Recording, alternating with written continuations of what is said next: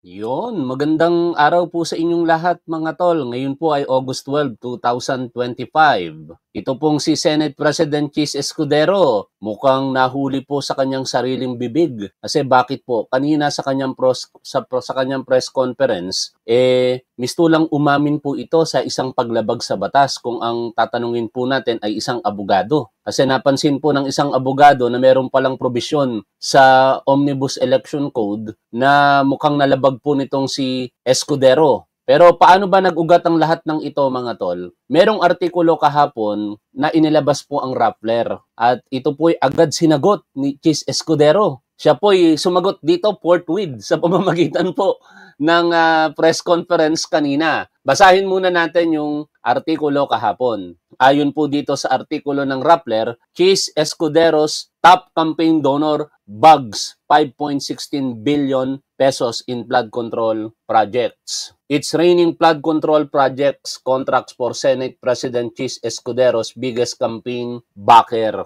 Lawrence R. Lubiano, the president of Centerways Construction and Development Incorporated, was Escudero's top donor in the 2022 elections, dropping 30 million pesos into the senator's campaign funds based on his official statement of contributions and expenditures. That's 20% of 146.5 million pesos cash contributions received by Escudero. Fast forward to President Ferdinand Marcos Jr. administration, Centerways Construction is swimming in government deals. From 2021 to 2024, the company reeled in 5.16 billion pesos worth of flood control projects. Pero minamaliit ito ng Escudero sa kanyang naging press conference kanina. 1% lang yan. Bakit yung papansinin? Merong 99%. Yun ang pansinin nyo. Huwag nyung pakialaman tong 1% ko. Hindi. Parang ganun lang ang dating. The Sorsogon-based construction firm only had 5 flood control contracts in 2021. But in 2022,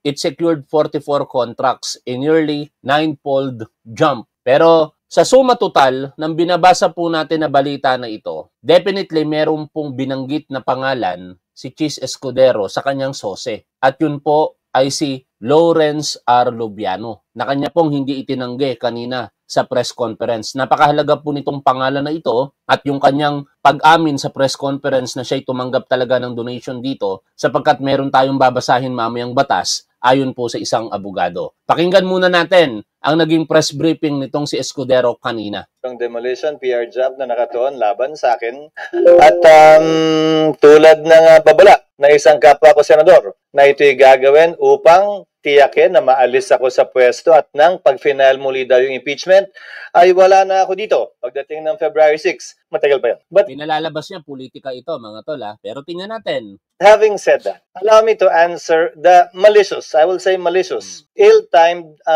article that came out against me in relation to the flood control press con of the President yesterday. Number one, ang sinabi ng Pangulo kahapon, ill-timed daw. Ibig sabihin, yung paglalabas ba ng mga pangalan ng Pangulo po natin, ill-timed din. Kahapon nilabas ng Pangulo yung mga pangalan, 15 po yung top contractors at 7 yung kaibigan nitong si Escudero. Siguro naman hindi po ill-time yun. Nataon lamang na inilabas kahapon, kaya inilabas din muli nitong Rappler yung kanilang artikulo na sinulat pa noon pa raw. No? Kayo na po bahala humusga mga tol dinideliver ko lang po sa inyo yung mga impormasyon na nakakalap po natin dito. Mga completed flood control projects mula 2018 na nagkakahalaga ng humigit kumulang 550 billion pesos. Yan sinabi niya, wala siyang aligasyon, pero 15 kontratista ang nakakuha ng ganong kalaking pondo. Ang lumabas na artikulo, kinikilala ko, kaibigan ko, kababayan ko, tiga Sorsogon, inamin niya, kinikilala niya. Contractor siya. Pero ang nakuha niya ay 5.4 billion di umano. Wala pang 1% ng kabuuang pondo na sinasabi ng Pangulo sa flood control. Ang tanong ko, bakit pinagtuunan ng pansin yon? Yung 1% pa talaga? Hindi yung 99%? Darating siguro ang punto na pagtutuunan din ng pansin yung 99%. Pero hindi po ibig sabihin na porke 1%, napakaliit na bahagi ng pondo na yon ay hindi na pwedeng pagtuunan ng pansin. Saka Senate President Chis Escudero. Kahit napakaliit na porsyento lamang nun, ang ini-involve dito, pinakamataas. Ikatlo sa pinakamataas ang posisyon sa gobyerno at ikaw yun. Huwag mong kalimutan yun. Maliit na porsyento, pero ang ini-involve, ikatlo sa pinakamataas ang posisyon sa gobyerno. Regardless kung maliit o malaki, pero merong question sa paglabag sa batas, di umano, lalong-lalo na ang involved Senate President, napakalaking issue po nito. Hindi po yung pondo na 1% ang tinitingnan dito, kung hindi yung possible na paglabag ng batas ng isang Senate President. Nakukuha po ninyo mga tol, tuloy tayo sa pakikinig po dito. Bakit pinagtuunan ng pansin? Hindi yung mga mambabatas marahil o opisyal ng gobyerno na kontraktor, hindi naman ako Nagtuturo si Senate President Chis Escudero, pero darating tayo dyan siguro, no? Kasi walang palalagpasin dito si Pangulong Bongbong Marcos sa aking palagay. Sabi niya nga kahit kaibigan, kahit kakilala, kahit kaalyado, pag tinamaan at gumawa ng mali, talagang dapat maparusahan. Kontraktor, hindi ako bahagi na anumang negosyo kaugnay sa construction o supply sa pamahalaan mula nung pumasok ako sa gobyerno noong 1998.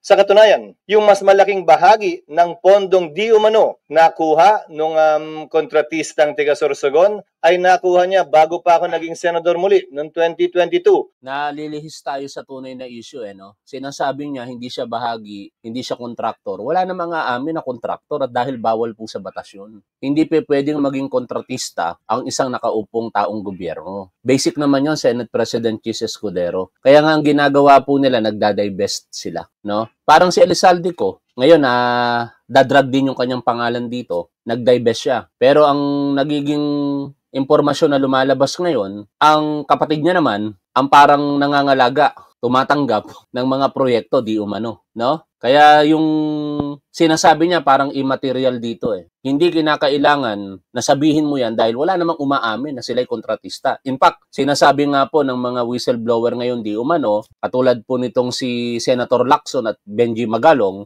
na 67 mga mambabatas kongresista. Ang front ay ito, ganyan, pero sa likod pala nun, sila yung kontratista. Ang tanong, aaminin ba nila yon? Siyempre hindi. Wala kasing aamin dahil alam nila na paglabag yon sa batas. Pero itong mga sinasabi mo dito, mukhang may nakapansin na meron kang di umano yung paglabag sa batas. Sige, tuloy muna natin ito mga tol. Ayon mismo sa datos na pinresenta ng Pangulo kahapon. So klaro, malisyoso ang artikulo, tiniming ang paglabas at tiniming talaga para ika nga idikit ito bagaman walang sinabi ang artikulong ginawa kong mali o masama. Diba? Kung sinasabi niyang malisyoso, pwede niya sampahan ng kaso. Pero siya na rin mismo nagsabi, wala naman daw ginawang masama. Pero ano ang ibig sabihin niya? Parang ini-insinuate, no? Pinapahagingan siya na meron siyang ginagawang masama. Kung sa tingin niyo may ginagawa kayong masama, di kasuhan niyo ang Rappler, pero kung wala, huwag ka mapipikon. Kasi itong estilo ni Chis Escudero, hindi niya man ipinapakita na pikon siya, pero parang ganun ang datingan Tingnan nyo, kapag may nagtatanong sa kanya, antimano, kinokontra niya kagad ng aligasyon. Iniiwasan niya kagad, katulad nung halagang 5 billion. Instead na mag-focus siya doon sa pagsagot na hindi totoo yan at walang katotohanan ng mga aligasyon na yan, ang sasabihin niya, 1% lang yan. Dapat ang tinitingnan nyo ng punto, yung 99%. Ang galing, di ba? Yung insinuation, yung innuendo, nandun pa rin. Kaya minabuti kong sagutin ngayong umaga. Kaya for the record, wala forthwith, no? Sinagot niya forthwith. Dahil nagiging issue sa kanya Actually, may kasabay na press conference ito kanina, hindi tuloy natin napakinggan Press conference ni Senator J.B. Ejercito, sinabayan niya para lamang makapagpaliwanag. Tuloy tayo. Akong kinalaman sa pag-identify, paggawa ng program of work, pag-bid, pag-award, pagbahay, pagbayad, pag-inspeksyon ng anumang proyekto sa pamahalaan, sa Sorsogon man o sa labas ng lalawigan ng Sorsogon. Meron kaming bibigay sa inyong data tungkol sa kinal naming figures kung saan papatunayan nun na wala pa nga ako dito nung karamihan yon ay nakuha. Sino involved dun sa devolution job hanggang ngayon? Yung mga may gusto ng impeachment, yung marahil nasaktan, tinamaan o nasapul sa mga talumpati at mga pinagagawa at pinagsasabi ko nitong mga nagdaang araw. Klaro naman yun. Dahilan mo, Chis Escudero. Malinaw naman siguro sa alegasyon dito na merong natanggap na pondo. Ngayon, kung wala ka talagang kasalanan, hindi mo na nga kung tutuusin kailangan tong ganito Di ba? Yun lang yung hindi ko mawari dito Bakit todo paliwanag siya ngayon? Forthwith. Ang bilis-bilis. Kasamahan Yun ang impormasyong nakakarating sa amin. kasamahan nyo rin, sir, dito sa... Hindi principally kasamahan namin dito sa Senado. Sa pagkakaalam namin sa labas, pero hindi ko alam kung may tumutulong, kakuntsabaw, kakumplot. Pero taga labas.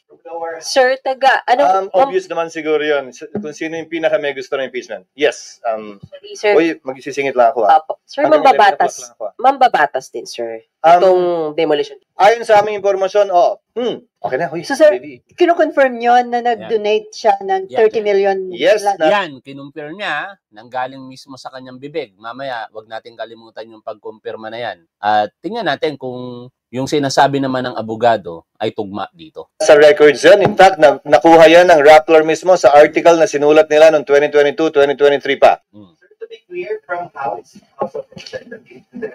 Yung impormasyon namin, Pero yung nagde-demolition job sa inyo, taga-house? yung nagde-demolition. Yung nasa likod ng demolition job, Oo SP, naman. ay taga-house? Di ba nga, nung nakarang linggo naman, may video yung nilabas sa akin sa house at kung ano nung innuendo at insinuation na naman ang pinalabas. As if naman may maling ginagawa. Hindi naman ako nagnakaw doon. Kung yun man, pumasok lang ako.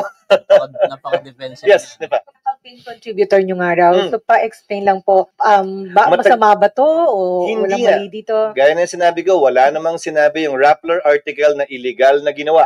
Dahil wala naman talagang illegal doon. Kaya lang yung innuendo nga, insinuation at yung malicious timing, kino-question ko. Dahil lumabas ng article to Wala noon daw pa. illegal, mga Inulit lang uli at dinikit dito sa kwentong ito. Ang kwentong ito na insertion, na sabi ko, ang pinakamalaking ang nakuhang pondo, ayon mismo sa paglalahad ng Pangulo kahapon, ay nung niwala ako dito sa Senado. Ako'y gobernador sa aming lalawigan.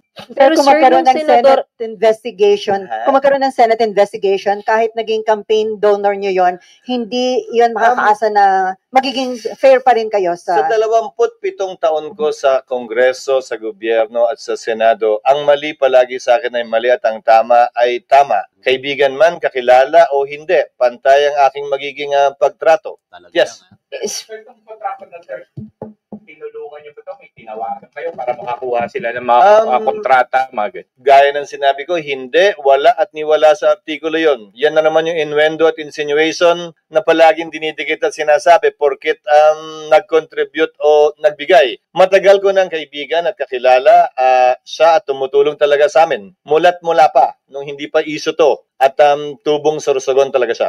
SP, sorry. Pero nakakuha siya ng kontrata nung senador na po kayo at ulitin ko lang, at may any help ba siyang Yung mas nakuha? malaking nakuha niya ay nung wala ako dito. Sir, So, wala ako dito nun. Bibigyan Pero- namin yung figure sa inyo.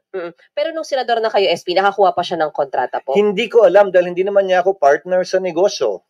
Hindi ako bahagi ng kanya negosyo. Again, that's the innuendo and the insinuation being floated and propagated. Bakit natin hindi tingnan? Sino ba yung mga mambabatas at opisyal na gobyerno na aktual na kontraktor, aktual na may-ari nung mga kumpanya na nakakuha ng Diyan tayo, nagkakaisa tayo diyan, Chis Escudero, no? Darating tayo sa punto na 'yan, na kapag pinangalanan na ni Pangulong Bongbong Marcos itong mga politikong kontratista, iko-content din natin dito 'yan. Pero sa puntong ito, 'wag mong sisihin kung bakit ka natatanong ng ganyan kasi may mga balita nga. At sa paglilinaw mo, mukhang may problema. Punta na tayo dito po sa sinasabi ng isang abogado tungkol po dito. But before that pala, merong yung kakamping na si Jerica Canindin, kasi sabi niya, ang mga nagpapakalat na mga innuendo at insinuation na ito ay mga gusto ng impeachment. Itong Kakanindin, gusto ng impeachment. Tayo, gusto rin natin ng impeachment, di ba? Nagpa-presscon ngayong araw si Chis Escudero ayon kay Jerica Canindin tungkol sa connection niya sa isang big-time contractor ng flood control projects. Take note yung timing nitong presscon na ito, siningit niya ito sa presscon ni Senator J.B. Ejercito, no? Kaya kung mapapansin po ninyo, sa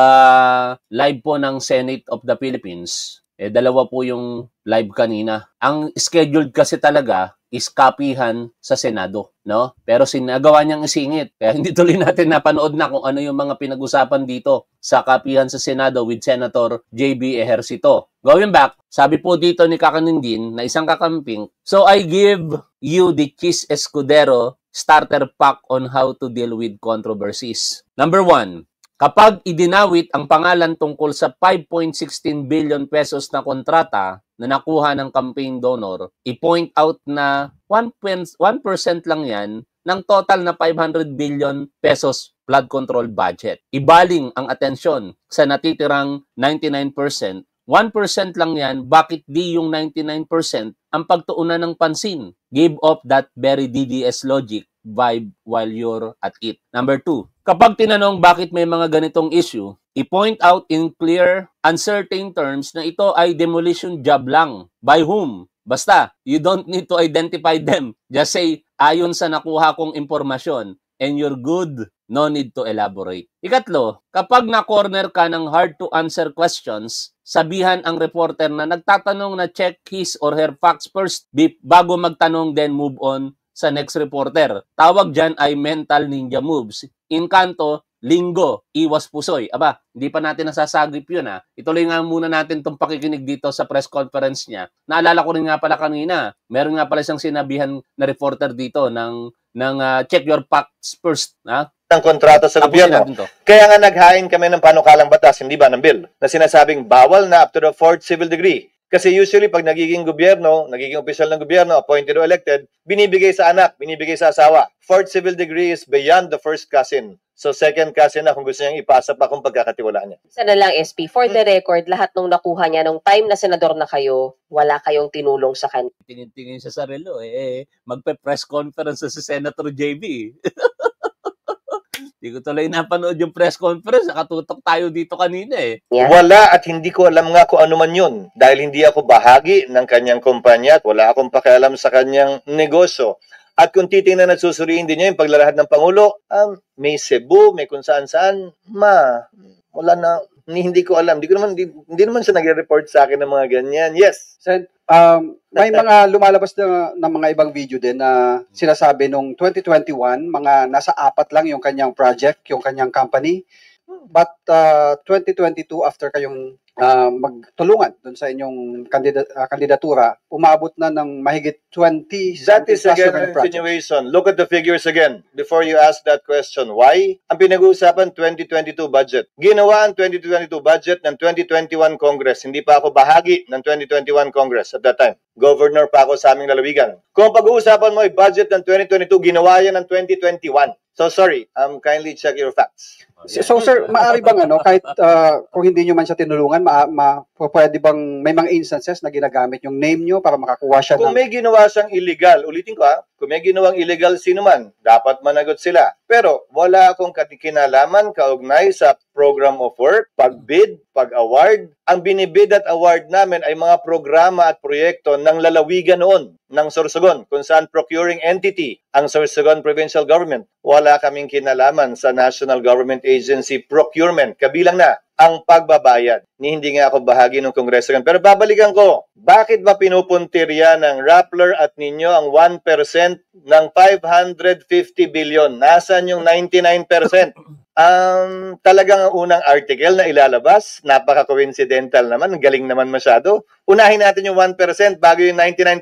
Hindi inuna yung Babaligtarin natin yung sitwasyon. Senate President Chis Escudero, kung ganyan pamimiloso po ginagawa mo, baligtarin natin ang sitwasyon. Sino ba ang mas malaking isda? Ang mga kongresista na bubuwit kung ikukumpara sa iyo, Senate President? Ano posisyon mo? Senate President ka. Ikatlo sa pinakamataas ang katungkulan sa bansa. Ang mga kongresista, mga amuyong lamang sa House of Representatives ng Speaker, ika-4 sa pinakamataas ang posisyon sa gobyerno. 1% man yan o 99%, ang punto, di umano ang nag-i-impluensya na sinasabi mong innuendo or insinuation ay ikatlo sa pinakamataas ang posisyon sa gobyerno. Huwag mong sisihin ngayon ang publiko kung bakit ganito ka-interesado. Lalong-lalo na ang alegasyon sa iyo pagdating sa paghawak mo sa impeachment trial ni Vice President Sara Duterte ay hindi maganda, no? Hindi mo sinunod ang trial shall proceed forthwith. Pero kitang-kita namin na sinunod mo ang explaining forthwith. Ano bang tawag doon? Explanation forthwith. Kung ayun man ang appropriate na termino, pagpasensyahan nyo na ako. Pero forthwith na forthwith talaga ang ginawa ni Escudero dito. Dahil again, uulitin ko lamang po sa inyo, hindi niya schedule ang press conference, pero dahil Senate President siya, nagawa niya ng singitan yung supposedly na ang center of attraction sa araw na ito, sa press conference, walang iba kung hindi si Senator JB Ejercito. Ito po yon, kapihan sa Senado kanina. Ganun pa man, balik po tayo dito sa sinasabi ni Jerica Canindin. Hindi pa ito yung pinaka-punto natin sa live streaming kasi ang punto natin, yung sineshare na di umano'y paglabag sa batas na nagawa nitong si Escudero ayon kay Attorney Jesus Palsis, isang kakamping din na gusto rin ang impeachment. Ikaapat, finally, kapag may issue, magpa-press con agad para you can rebut without rebutting and answer without answering. In short, mema lang. Basta wag ka lang magmukhang guilty. Ngayon, punta na tayo dito sa pinakamahalaga. No? Ayon po dito kay Attorney Jesus Palsis. Isa-isahin natin yung mga post niya. An hour ago, 142 billion peso budget insertion. Cheese, 1% lang yan ng 2025 budget. Kala ko na ganun pera pala. 5 billion peso contracts for his contractor. Friend, Cheese, 1% lang yan ng top 15 contractors. Aba, may commonality, 1% lang, ano?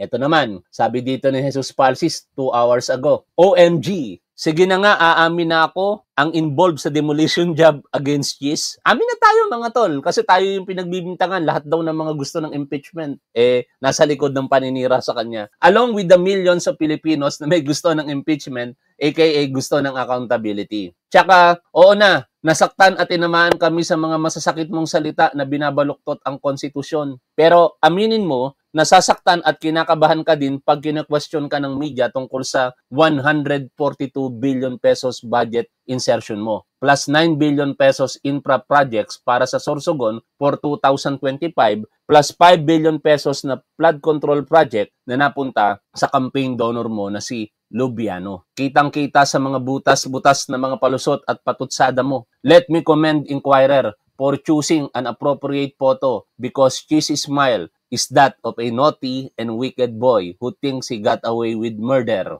Karma never forgets. It will come for Cheese Escudero. Actually, andito na. Investigate and kasuhan si Cheese forthwith. Meron pala akong gustong i-share sa inyo. Ayon kay Senator JB Ejercito. Ako, agree ako dito sa sinasabi niya. I-share ko lang yung post niya. Naka-block pa. Sabi ni Senator JB Ejercito, there's a special place in hell reserved for those engaged in ghost flood control projects na dinaya at pinatong-patungan. May kalalagyan din kayo. 100% nag-a-agree ako ngayon sa sinasabi ni Senator JB Ejercito. Kung ako nga lang masusunod at mambabatas, talagang isusulong ko ang bitay. Parusang kamatayan para sa mga kurap na politiko. Balik tayo dito sa mga post nito pong si Jesus Palsis. At ito na ang pinakamahalaga dito mga tol. Kasi ito yung pinakapumukaw ng aking atensyon kung bakit po natin content ngayon ito. Dapat missing sabongero pag-uusapan natin Kaya right after this live streaming, maya-maya magla-live tayo ulit about missing sabongero. Basahin natin ang shared na news. Radyo Pilipinas. Panoorin. Tinawag ni Senate President Cheese Escudero na malisyoso ang kumalat na artikulong nag-uugnay sa kanya sa isa sa mga construction firm na pinangalanan ni Pangulong Ferdinand R. Marcos Jr. na nakakuha ng mayorya ng mga flood control projects sa bansa. Bagamat inamin ni Escudero na naging campaign contributor niya ang nasabing kumpanya, wala naman anyang naging anomalya dito at hindi niya tinulungan ang kumpanyang ito na makakuha ng flood control projects. Sa paniniwala ni Escudero, walang paglabag sa batas kasi wala daw pong anomalya at hindi niya naman daw po tinulungan. Pero may tanong, si Attorney Jesus Palsis, hindi po ako abogado, ang binabasa po natin, babasahin natin panulat ng isang abogado, si Attorney Jesus Palsis. Maalam sa batas. Did Senator Cheese Escudero violate the law by accepting donations from a contractor? Ito bang si Senate President Cheese Escudero ay lumabag sa batas dahil sa pagtanggap niya ng donasyon mula sa isang kontraktor? Lawrence R. Lubiano, the President of Centerways Construction and Development Incorporated. At ayon nga po kay Escudero, matagal na nilang kaibigan, tumutulong sa kanila even nung siya po ay gobernador pa sa Sorsogon. Was Escudero's top donor in the 2022 elections, dropping 30 million pesos into the senator's campaign funds based on his official statement of contributions and expenditures or SOSE. Sariling SOSE ni Chis Escudero. Siya ang gumawa at nag-fill out ng SOSE niya. Ito po yun. Ito, no? Ito po yung SOSE at ito po yung pangalan ni Lawrence R. Lubiano. Na kung titingnan nyo po ang figures, pinakamalaking halaga po ang kanyang naging donasyon sa campaign contributions nito pong si Chis Escudero taong 2022. Balik po tayo kay Attorney Jesus Palsis. Walang pumilit kay Chis na isulat ang pangalan ni Lawrence Lubiano at i-declare na nag-donate si Lubiano ng 30 million pesos para sa kanya. Sayang, dapat na itanong ito ng mga reporter kanina, no? Kasi lang hindi kagad na isulat ni Jesus Palsis kaya hindi nagkaroon ng idea ang mga reporter, hindi naman mga abogado mga yon. Ngayon, inaamin ulit ni Chis na kumuha nga siya ng donations mula kay Lubiano. Pero sabi niya, wala daw masama dito. Basahin natin ang election code, ang section 95C ng Omnibus Election Code. Sinulat naman dito nitong si Attorney Jesus Palsis, pero para wala talagang problema, pumunta tayo sa mismong batas. Sabi po dito, sa Supreme Court e-Library, Batas Pambansa bilang 881, Omnibus Election Code. At puntahan po natin yung artikulo na binanggit ni Attorney Jesus Palsis, 98C, Article 98C. Okay? Hindi, nagkamali yata ako ng pagkakatanda. Article 95C. Sorry, 95C pala. Kaya pala wala dito. Ipatagalog natin kay ChatGPT para mas kapani-paniwala at mas maliwanag. Ano? Ito tulong ni ChatGPT.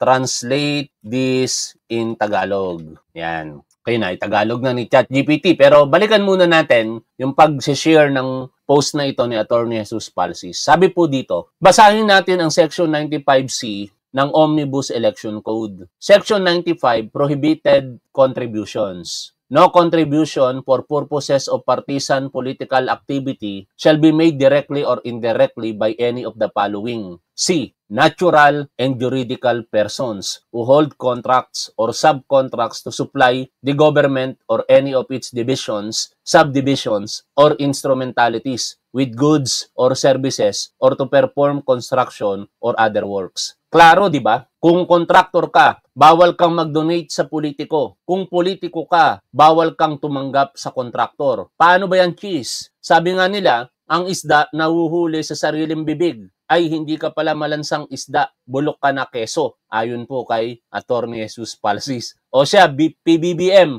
kasuhan mo na si Chis forthwith. Basahin natin yung Tagalog ng batas na binanggit po diyan. Ayon po sa Omnibus Election Code. Section 95. Mga ipinagbabawal na ambag. Walang sino mang maaaring magbigay, direkta o hindi direkta, ng anumang ambag para sa layunin ng partisanong pampulitikang gawain mula sa alinman sa mga sumusunod. A.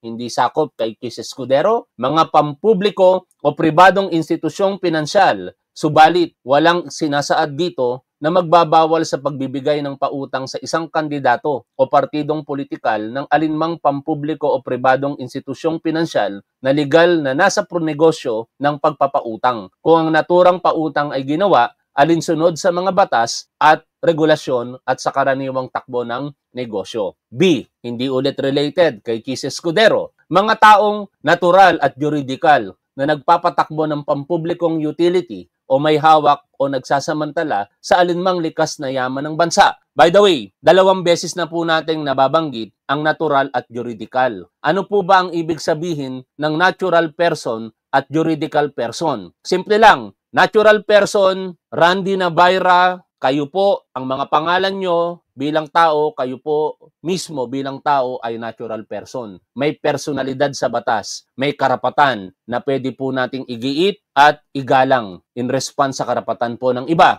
Ano naman po yung juridical person? Ito po yung mga hindi tao pero binigyan po ng personalidad ng batas at merong karapatan. Ano po ang juridical na halimbawa? Yung binabanggit po na pang-7 sa pinakamataas na nakakuha ng flood control projects. Anong kumpanya ulit yun? Nawala sa isip ko. Balikan ko lamang po yung kodigo natin. Ito po yung kumpanya. I'm sorry, hindi pala yan. Dito tayo. Hindi ulit yan. Dito tayo. Balikan natin yung kodigo. At nawala ako doon sa ito. Lawrence R. Lubiano, natural person. Ano ang juridical person? Centerways Corporation. Construction rather. That is juridical person. Para magkaroon po tayo ng idea sa pinag-uusapan po natin. Yung may-ari, natural person, si Lubiano. Yung kanyang kumpanya, juridical entity. Sa mas madali pang pangunawa, si McDonald, juridical entity. Ang may-ari na McDonald, that is natural person. Balik tayo dito po sa binabasa natin. At sa letter C, ito ngayon yung sinasabi ni Attorney Jesus Palsis na maaaring paglagbag sa batas nitong si Chis Escudero. Basahin po natin. Mga taong natural at juridikal na may hawak ng kontrata o subkontrata upang mag-supply sa pamahalaan o alinman sa mga dibisyon, subdivision o instrumentalidad nito ng mga kalakal o serbisyo o magsagawa ng konstruksyon o iba pang mga gawain. Malinaw po dito sa binasa natin in Tagalog na bawal tumanggap, bawal magbigay, bawal tumanggap sa parte ng politiko kasi ipinagbabawal po Mga ipinagbabawal na ambag. Sabi po, mga taong natural at juridical na may hawak ng kontrata. Ibig sabihin, dapat ito pong Centerways Construction na pag-aari ni Lawrence R. Lubiano ay hindi dapat nagbigay ng kontribusyon dito kay Chis Escudero dahil ipinagbabawal po ng Article Section 95 rather ng Omnibus Election Code, Section 95C. O, tingnan natin ngayon kung saan hahantong ang tagpong ito. Pero sa ating maliit na pangunawa, dahil isineshare ng isang abogado, mukhang meron pong paglabag sa batas dito. Ano na ang maaaring sumunod na hakbang dito? Ombudsman. Bakit sa ombudsman? Senador. Ang salary grade po ng senador ay, kung hindi ako nagkakamali, 31, no? Salary grade 31. Sumasahod ng hindi bababa sa 300,000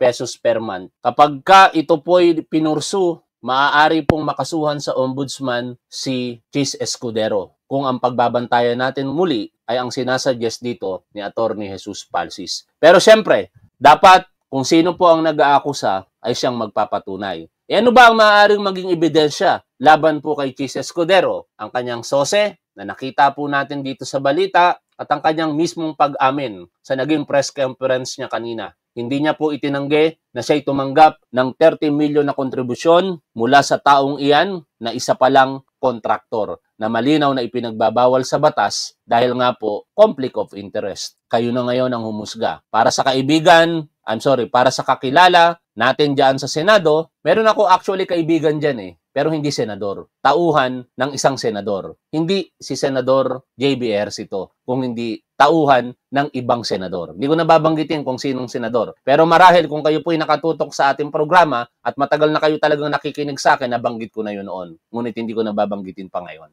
Para na rin kahit paano kasi magkaiba na yung aming tinatahak na landas no? Pero nananatili pa rin naman kaibigan para sa akin ang turing ko sa kanya. Ganun pa man, titingnan natin sa mga susunod na panahon kung saan hahantong ang tagpong ito. Pero malinaw na kung yung binasa po nating batas, merong paglabag sa batas. Ang tanong, kaya-kayang kasuhan ng ating Pangulong Bongbong Marcos sa pamamagitan ng isinasagawa niyang investigasyon si Senate President Chis Escudero o kaya-kayang kasuhan ng kung sino mang concerned na individual? Wag na ang ating Pangulo. Kung ako po ay abogado, baka ako na po mismo magkakaso dito kay Senate President Chis Escudero kung merong batayan. Kaya sana, kung sinasuggest nitong si Attorney Jesus Palsis, pangunahan niya na. Total, sinasuggest niya naman sa ating Pangulo Sabi niya sa huling mensahe, o siya, PBBM, kasuhan mo na si Chis forthwith. No? Baka naman pwedeng katulad ka ni dating Senador Antonio Trillanes na nagkakaso na mismo sa mga taong sa tingin niya ay lumalabag sa batas. Attorney Jesus Palsis, Huwag mo nang hintayin na si PBBM pa ang magkaso. Baka pwede, ikaw na muna ang magkusa. Total, ikaw naman na nag-brought out ng issue, ng legal na issue na ito, ng sinasabing di umano'y paglabag sa batas nitong si Senate President Chis Escudero. Maraming salamat po sa inyong lahat mga tol. Hanggang dito na lamang.